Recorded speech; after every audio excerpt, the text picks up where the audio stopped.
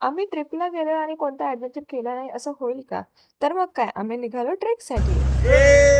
आता खऱ्या अर्थाने आमच्या ट्रेकला सुरुवात झाली होती.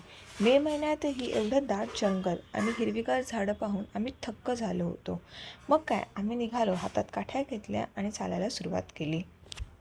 आंबट आहे का? आम्हाला जस्ट आंबा मिळाला, जंगलामधला प्युअर आंबा. हा, याचा वास, आंबा पाण्याचा आंबा. पिकतो. आणि आंबा खाण्याचा एस्थेटिक शॉट घेता घेता माझं आंबट एक्सप्रेशन देऊन आम्ही निघालो पुन्हा ट्रेकसाठी.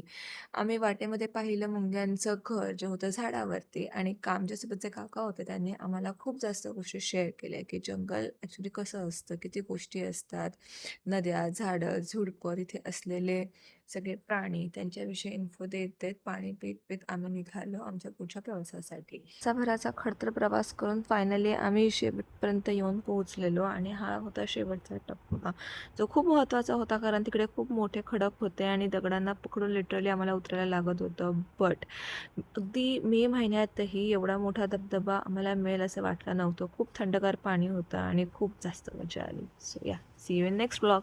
बाय.